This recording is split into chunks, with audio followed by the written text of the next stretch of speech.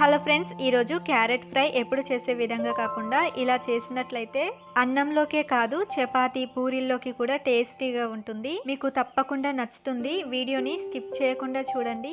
ఇప్పుడు ఎలా ప్రిపేర్ చేసుకోవాలో చూపిస్తాను. ముందుగా స్టవ్ ఆన్ చేసి కడాయి పెట్టి పల్లీలు, ధనియాలు, జీలకర్ర, నువ్వులు, పచ్చిశనగపప్పు వేసి కాస్త కలర్ చేంజ్ అయ్యేంత వరకు రోస్ట్ చేసుకోవాలి. వీటిని రోస్ట్ చేసుకున్న తర్వాత పూర్తిగా చల్లారనివ్వండి. ఆ తర్వాత మిక్సీ జార్లోకి వేసుకొని వెల్లుల్లి రెబ్బలు వేసి బరకగా గ్రైండ్ చేయండి. గ్రైండ్ చేసిన ఈ మిశ్రమాన్ని ఒక బౌల్లోకి తీసుకొని పక్కన పెట్టేసుకోండి. ఇప్పుడు మళ్ళీ స్టవ్ ఆన్ చేసి పాత్ర పెట్టి ఆయిల్ వేసి హీట్ అవ్వనివ్వాలి. ఆయిల్ హీట్ అయిన తర్వాత పోపు దినుసులు, సన్నగా తరిగిన ఉల్లిపాయ ముక్కలు, కరివేపాకు వేసి కలుపుకోవాలి. ఉల్లిపాయలు మగ్గిన తర్వాత పసుపు, ముందుగా గ్రైండ్ చేసి పెట్టుకున్న మసాలా సగం వరకు వేసి కలుపుకోవాలి. ఇలాగే ఓ నిమిషం పాటు ఫ్రై చేసుకోండి.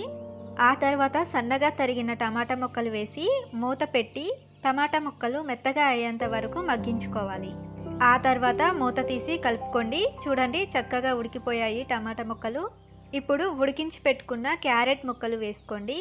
నేను ముందుగానే క్యారెట్స్ని ముక్కలుగా కట్ చేసి ఉడికించి పెట్టుకున్నాను. 5-6 నిమిషాలు ఉడికించుకుంటే చక్కగా ఉడుకుతాయి. క్యారెట్ ముక్కలు వేసిన తర్వాత కూడా 2-3 నిమిషాలు కుక్ చేసుకోండి మూత పెట్టి.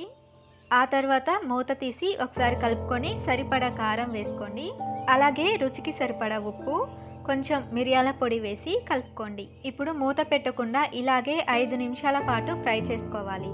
ఆ తర్వాత చివరగా మిగిలిన పల్లీ మసాలాని వేసి కొంచెం కొత్తిమీర వేసి మరొక నిమిషం పాటు ఫ్రై చేసుకోండి. అంతే ఫ్రెండ్స్, ఓ నిమిషం గడిచిన తర్వాత స్టవ్ ఆఫ్ చేసుకుంటే క్యారెట్ ఫ్రై రెడీ అయినట్లే. ఇప్పుడు ఈ ఫ్రైని వేడివేడిగా అన్నంలోకే కాదు చపాతీ పూరీలోకి కూడా వడ్డించుకున్నారంటే చాలా టేస్టీగా ఉంటుంది.